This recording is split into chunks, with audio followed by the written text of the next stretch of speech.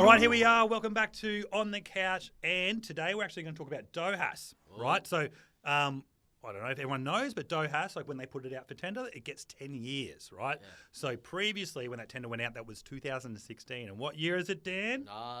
2026, it seems. I thought you were going to say something else. I don't know. The years all flow into one. So obviously it's coming up to tender again at some point this year. So there are words or so I suppose the tender process began like with AusTender sort of back end of last year, and like most people wouldn't know unless you play in this space, right? There's a couple of things that are going on. There's closed door conversations that happen down in Canberra and that type of stuff where the tenders can come in, they get their information briefs, everything like that. But then on the flip side, those banks that already have the tender start to get a little bit nervous. They get a little bit nervy because they go, well, what if we don't get this? This is a large chunk of my business. How am I going to replace that from a business perspective? So yeah, it's exciting times, and with effect 1 July, so you'd expect an announcement sometime between now and the 1st of July that the new panel of DHOAS lenders would be announced. And in full transparency, the last time we had a tender change, nothing changed between those lenders. But I kind of feel like there's a bit of a changing of the guard happening. I feel like there's going to be some more players that are starting to enter this market as well, which certainly has its own advantages.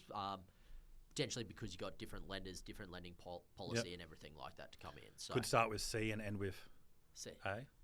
Could be start with C and end in C. I don't know what that one is. No. So I mean, like I've probably been speaking about this. I think the Commonwealth Bank of Australia has been pretty open in their desire to be a part of the DHOAS scheme. Ever since the last tender, I think at least 50% of that.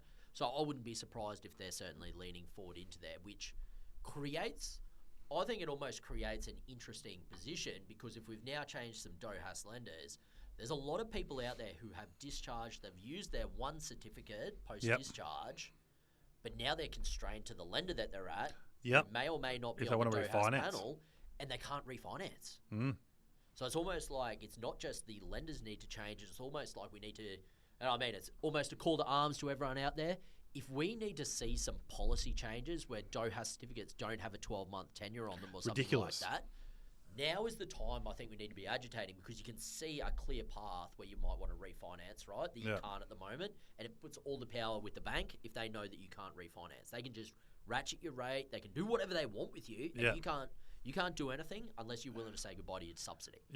Wouldn't it be great if it didn't matter what lender you went to, you just got paid the subsidy because it was just based off your actual service? Who would have thought? This wild thing, like you gave DVA your bank account and they just transferred the money into the loan. As long as you got your... Yeah, exactly. Like it's just fucking...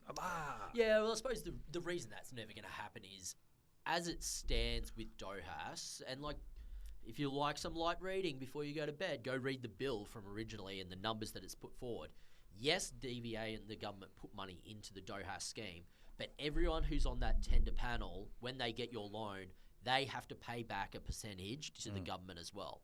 So they're receiving money back from these banks for the beauty, for the fortune of having your mortgage and charging you a slightly higher percentage sometimes. They get to give that money back to the government. So it's pretty good on paper, but like I don't think the government's just going to say, have a free-for-all unless you're going to get a percentage back out of it. It's ridiculous, though, isn't it? It is indeed, mate. But, hey, we could rant about the silliness of government for a long time. We'll try and keep these down to a few minutes, or else we'll be here all night. Mate, imagine if we get a few beers into us. Oh, man, we'll be marching on Canberra. All right, so that's it for this week. See you next week on The Couch.